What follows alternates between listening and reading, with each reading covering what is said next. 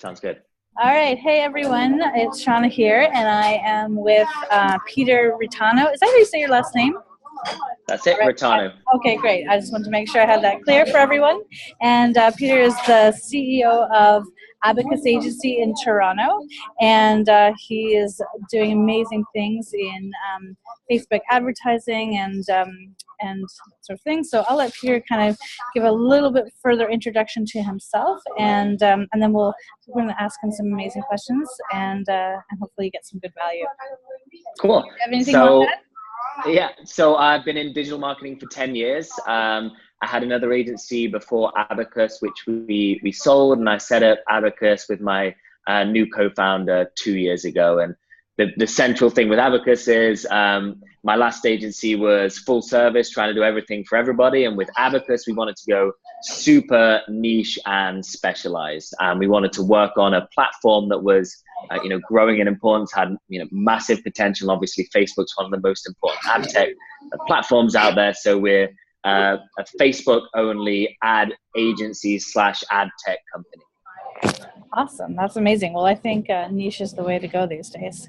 Okay, so I'm going to get into some questions, and we're so excited just to reiterate, we are so excited to have you as a speaker for Generation Now, and we're looking forward to the value you provide and what you can teach everybody. So today we're going to get into a few brief questions, and the first one is, what are the top 3 Facebook ad mistakes that people typically make when they're first starting out? Okay, so number 1 would be not and making decisions based on that. So, spending a few $100s and then saying, it doesn't work if they're not getting results, or, we found the key, we've got a sale, let's blow this budget up. The key with Facebook is spending enough money so that you can make decisions based on, so that you can scale the budget out. There's advantages to scale in Facebook as well, just generally. So I'll give you an example. So if you're an e-commerce store and you're optimizing, you need to get at least 50 conversions per week per ad set for Facebook's auto algorithm to get work data so it can learn. So if you're not spending enough to get those conversions, you're not going to be able to optimize towards those conversions. So first mistake, not spending decisions based on a little amount of spend. Second would be trying to do straight acquisition campaigns from Facebook.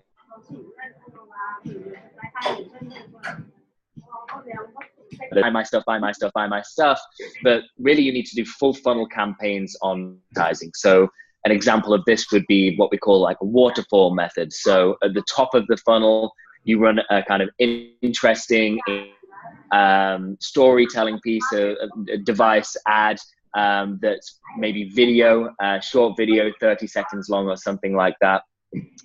And then once people have engaged with that video, you optimize it for, say, 75% views. So people that have watched it for longer than 75% then get added into a remarketing list, and then you remarket them with a more consideration forming ad or a conversion focused ad. But you only do that once you've engaged them initially. Okay, so you're pulling them down the funnel. And then the third thing would be just not testing enough. At Abacus, for campaigns like scientific experiments. So we come up with hypotheses and then we test them methodically throughout the month. So testing different audiences, testing different creative, testing different copy, seeing which combinations work the best, and then rolling with that. See in an ad set and just making decisions based on that. But the truth is, with Facebook, the real advantage is you can test hundreds of pieces of creative, hundreds of pieces of copy, hundreds of pieces, types of audiences, and see what works. Use it. That's great advice. I see those mistakes happening all the time. I've made them myself, so that's no, that's awesome. Thank you. How do other ad platforms sort of stack up against Facebook? So there's the LinkedIn, YouTube's, and Google AdWords, all those things.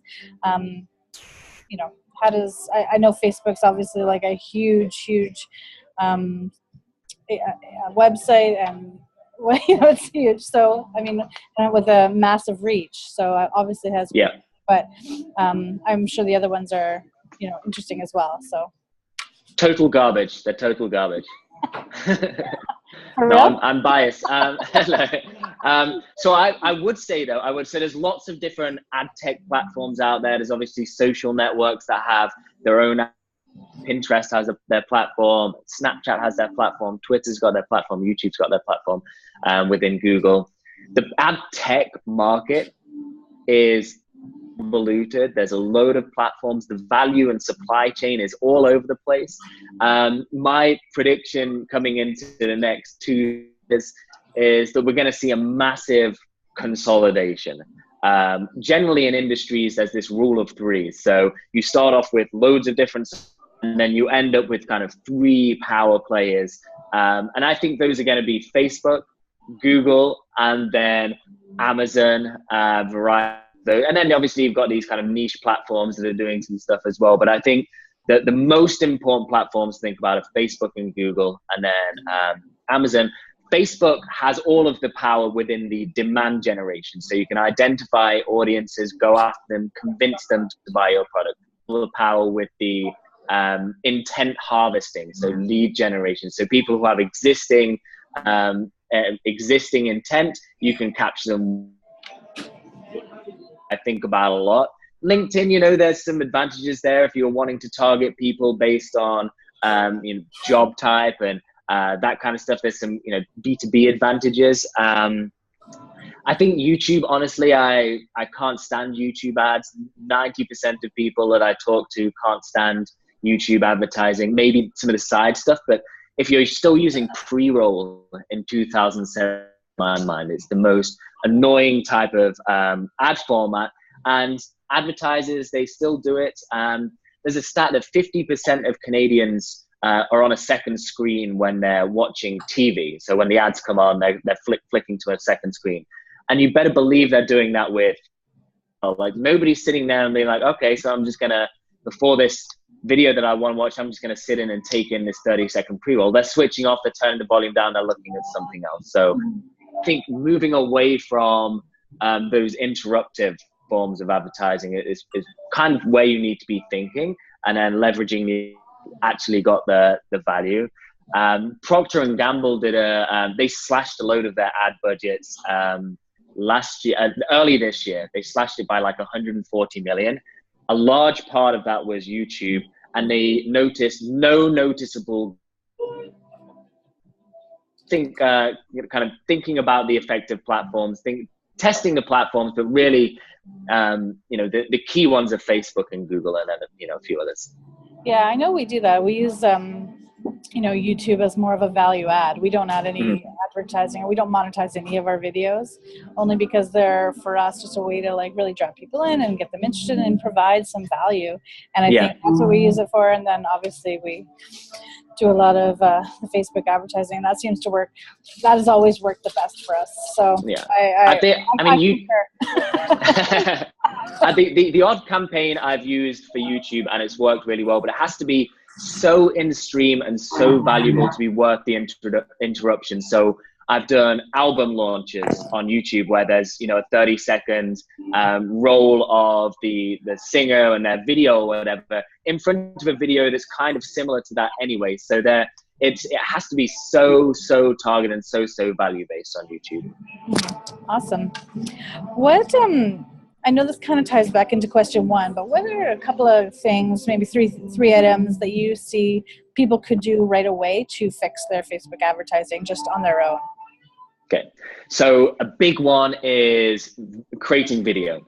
Huge. By 2020, it's something like 75% of all mobile content is going to be video content.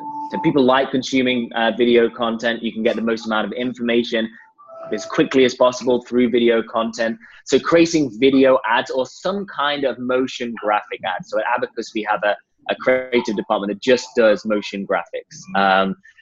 With video, you want to be making sure that they're vertical video rather than landscape video. vertical videos work well for mobile audiences, and now we're kind of sacrificing the desktop for the mobile experience. So when we're creating video mobile, we're thinking they work well for they're mobile framed, they're vertical, you get the message across. So the typical ads on traditional media, say TV, is at the bottom you start off with no information and you slowly trail it up to reveal the main message. With Facebook, you're like, main message, boom, right in front of them, and then trail off if they want more information. So get the message in right up front, caption. Designed for sound off. Most people watch their videos sound off, but delight for sound. A bonus if you have, you put some sound in there, they might turn it on, but you really need to be thinking about sound off. But the key is just eye-catching, eye-popping, kind of a thumb-stopping creative, and video is really the best for that. So there was a stat that Facebook told me that people scroll through the size of the Empire State Building a day. Okay, so that's what you need to be thinking about when you're creating content. Your little piece of content has to capture their attention. Wow, are you serious? The size of the Empire State Building? That's a lot of newsfeed. Yeah. It's actually so true. I mean, when I think back sometimes about, I'll see a piece of content, I won't click on it. I'll think, oh, I got to look at that later. I forget about it the moment it's gone. And then I'll see it again. And I'll see it again maybe a day later, and I'll be like, oh yeah, I forgot about that, and and then again I'll leave it maybe, and if I'm busy or whatever. And yeah, it's amazing how much content we consume and how much goes in and out. And yeah, you really do have to stand out in order to catch people's attention and get really viewed. Totally. That's interesting. Totally. That's a really interesting stat. All right. This one always interests me because I'm sort of an analytical person. I have the science background. So I always like to know how people think, how the sort of the art of advertising and the artistic nature of advertising sort of meets the science of the internet and all the data that we can capture with it, and how it's kind of combined. And it's So at Abacus, we say we think that advertising's changed more in the last 5 years than it has in the last 50. It's moved from kind of art and copy to code and data. That's not to say art and copy isn't important. You need both, but there's a kind of different weighting now and a different kind of importance on data. So former VP of Adobe, VP of marketing at Adobe, was asked to sum up the future of marketing in 6 words last year, and he said, creative thrills, but data pays bills. And like I said, you do need both, but it's data helps you segment and map the buyer's journey, and creative aspect through the buyer's journey. So when you can hit the right audience at the right time, but in a way that surprises and delights, and that's where you get power. It's not as simple as taking the old creative that we used to create and then just applying data to it, though. It's a little bit more nuanced than that. I think the introduction of data has changed how we think about creative as well. The change is holistic and ecological rather than just adding in data into the traditional way of creating. So I would say, first off, brands need to get better at creating audience-specific and platform-specific content rather than, using any channel as the distribution point for their content, and you use data to identify that stuff. And second, they need to get better at iterations and optimization. So thinking about creative as this continual dynamic process rather than, I've got this big idea and I'm going to spit it out on a TV and then we're going to chop it up and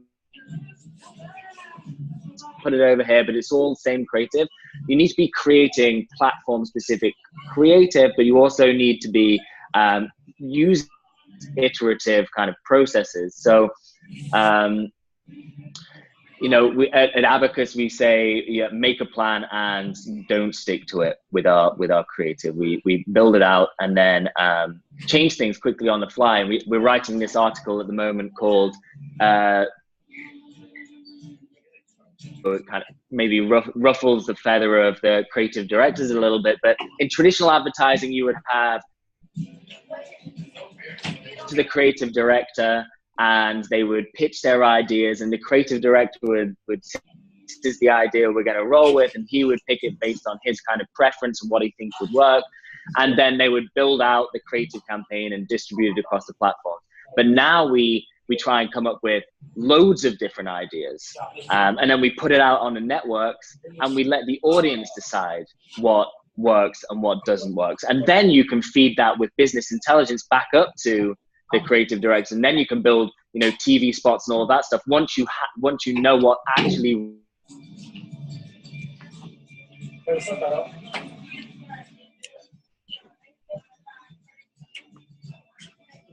resonates with your audiences.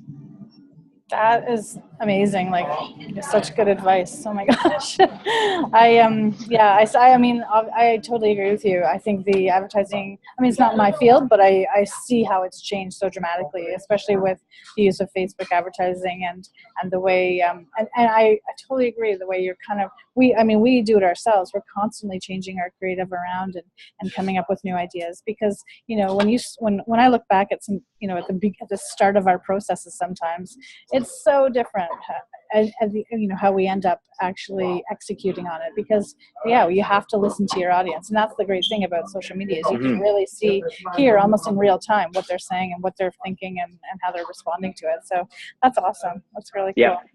Okay, well, that's pretty much the end of our interview. But before, I just would love to have you kind of just give a quick synopsis of what you're going to talk about at Gen Now, and just give people a little taste of that. I think this interview is a taste of that, but yeah. Cool. Well, I'm going to talk about how to tell your startup story on Facebook. So it's one of the most important platforms that you need to conquer, as I've been saying, for virtually any type of business. So I'll be giving kind of the secrets to creating like thumb-stopping creative and telling a strong narrative that moves audiences to action on the platform. So, hacks and tips and tools, how you can master Facebook to get across your message.